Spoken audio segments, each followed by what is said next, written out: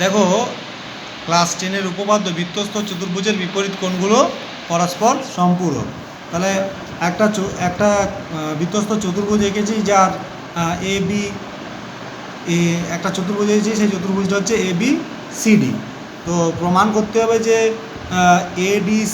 ADC, এই যে এই ডি কোণটার অপোজিট বি কোণটা, এডিসি আর এবিসি এই দুটো কোণের সমষ্টি 2 সমকোণ। অথবা আরেকটা আছে যে বিএডি সমান বিসিডি, এই দুটো সমকোণ প্রমাণ করতে হবে। তো অঙ্কন করলাম যে এসি আর বিডি দুটো কর্ণ টানলাম, দিয়ে টানার পরে আমরা এবারে প্রমাণ করব।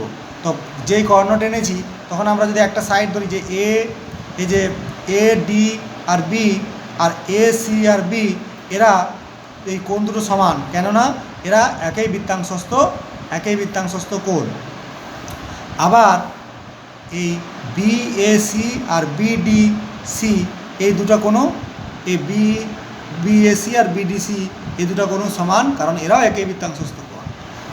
এখন আবার যদি এবারে এটা করি যে এ বি, এই তাহলে কী হলো, এডিসি সমান এডিসি পুরোটা সমান কী হবে, এডিসি পুরোটা সমান হবে এডিবি আর বিডিসি, এই যে করেছি এডিবি আর বিডিসি।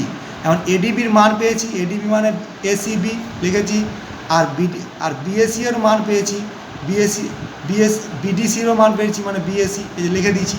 এবার রইল বাকি এ বি সি, তাহলে এডিসি প্লাস এবিসি, এডিসি এই যে এডিসি প্লাস এবিসি বিপরীত কোণগুলো ধরছি এবারে। তাহলে কি পেলাম, তো এডিসি সমান পেয়ে গেলাম যে এসিবি আর বিএসি, আর এবিসি তো কিছু ভাঙিনি, এটা ধরিনি, তাহলে এবিসি তো এবিসি রেখে দিলাম। তাহলে দেখা গেল যে বৃত্তস্থ চতুর্ভুজের বিপরীত কোণগুলো সমান আমরা পেলাম 3টা কোণ পেলাম, 3টা কোণ মানে ত্রিভুজের 3টে কোণের সমষ্টি কী হয় 2 সমকোণ। তাহলে এডিসি আর এবিসি এই দুটো সমান 2 সমকোণ।